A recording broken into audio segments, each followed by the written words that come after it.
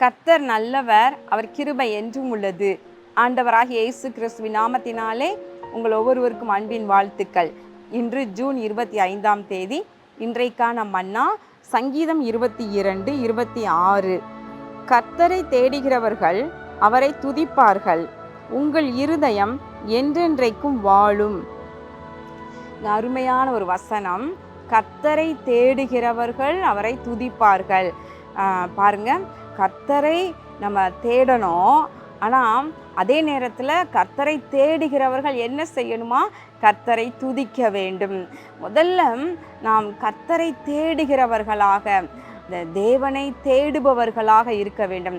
Amos 5:6 வசனம் சொல்லுகிறது, கர்த்தரை தேடுங்கள் அப்பொழுது பிழைப்பீர்கள் என்று சொல்லப்படுகிறது. நம்ம ஜீவனுள்ள தேவனை தேடுகிற தேவ பிள்ளைகளாக நம்ம இருக்கின்றோம். தேவனை தேடாமல் இன்னும் ஏராளமான ஜனங்கள் கோடி கோடியாக இன்னும் இருக்கிறாங்க. ஆனால் நாமோ தேவனை தேடுகிறவர்களாக இருக்கின்றோம். அப்போ தேவனை தேடினால் முதல்ல என்ன நடக்குதுன்னா, அவர் நம்மை பிழை பூட்டுகிறார், பிழைக்க வைக்கின்றார். அதான் உங்கள் இருதயம் என்றென்றைக்கும் வாழும். கர்த்தரை தேடுகிறவர்களே உங்கள் இருதயம் வாழும் என்று சங்கீதத்தில் திரும்பமாக எழுதப்பட்டிருக்குது. இதில் பார்த்தீங்கன்னா, கர்த்தரை தேடுகிறவர்கள் துதிப்பார்கள் என்று சொல்லப்பட்டிருக்கிறது. அப்போ கர்த்தரை முதலாவது நாம் தேட வேண்டும். தேடுகிற நாம் அவரை துதிக்க வேண்டும். அப்பொழுது நம்முடைய இருதயம் என்றென்றைக்கும் வாழும் என்று எழுதியிருக்கிறது. இன்றைக்கு அநேகருக்கு எதற்கெடுத்தாலும் பயம், மரண பயம்.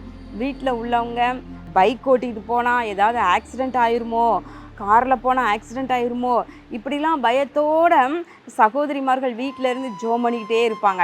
இப்போ வேண்டாத பயம், வேண்டாத திகில், அப்புறம் ஏதாவது ஒரு சின்ன வியாதி வந்ததுன்னா, இது இந்த வியாதியாக இருக்குமோ, இது மரணத்துக்கு ஏதுவான இது பெரிய ஒரு வியாதியாக இருக்குமோ என்று சொல்லி பயந்துக்கிட்டே இருப்பாங்க.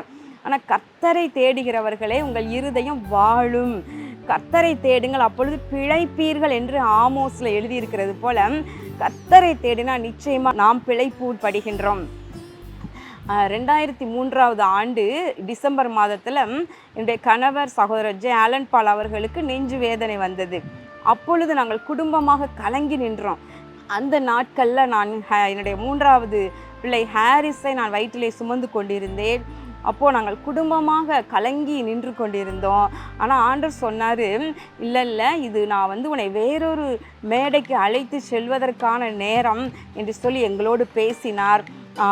எங்களை தேற்றினார். எங்களை அந்த நாட்களில் அழகாய் வழி நடத்தினார். அதைத் தொடர்ந்து ஹாரிஸை நான் பெற்றெடுத்தேன்.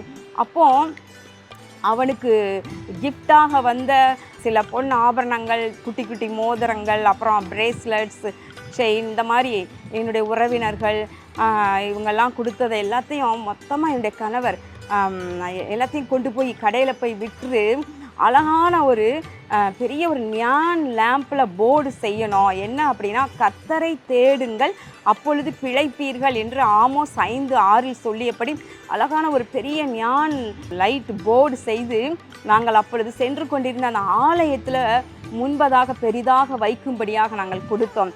பிரியமானவர்களே, ரோட்டில் போவோர் வருவோரெல்லாம் அந்த வசனத்தை பார்க்கட்டும். இரவு 11 மணி வரைக்கும் அந்த லைட் போட்டு இருப்பார்கள். அந்த வசனம் அப்படியே எங்கேருந்து பார்த்தாலும் உயரமாக தெரியும். பார்ப்பவர்கள் அதை பார்க்கும் பொழுதே கர்த்தரை தேடுங்கள் அப்பொழுது பிழைப்பீர்கள் என்று எழுதப்பட்டிருக்கிற வாக்கியம் அவர்களுடைய உள்ளத்தில் பேசும். அது அவர்களை நம்பிக்கை ஊட்டும், கர்த்தரை தேட வைக்கும் என்று சொல்லி நாங்கள் விசுவாசித்தோம். அதற்கு பின்பு ஊழியத்தில் நாங்கள் அநேக திருச்சபைகளுக்கு, ஆலயங்களுக்கு இது போன்ற நியான் லேம்ப் நாங்கள் வாங்கி நாங்கள் கொடுத்தோம்.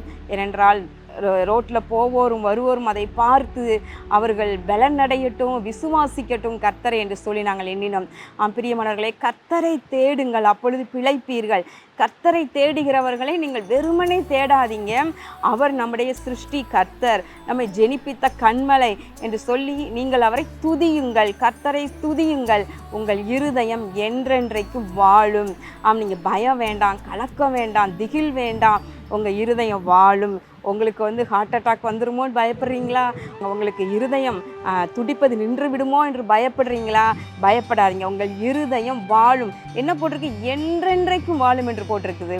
கர்த்தர் உங்களை அப்படியே வாழ வைப்பாராக. ஜெபம் பண்ணுவோமா?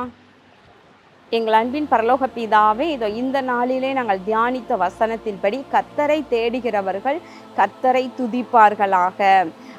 கர்த்தரை தேடி அவரை துதிக்கிற தேவ பிள்ளைகளுடைய இருதயம் என்றென்றைக்கும் வாழ்வடைந்திருக்கும் என்று நீ சொல்லியிருக்கிறீரே. உம்மை மனதாரமை ஸ்தோத்தரிக்கின்றோம். அப்படியே செய்வீராக. இயேசு கிறிஸ்துவின் நாமத்தினால் நல்ல பிதாவே, ஆமேன். இந்த நாள் உங்களுக்கு ஆசீர்வாதமான நாளாக இருப்பதாக. கர்த்தர் உங்களை ஆசீர்வதிப்பாராக. ஆமேன்.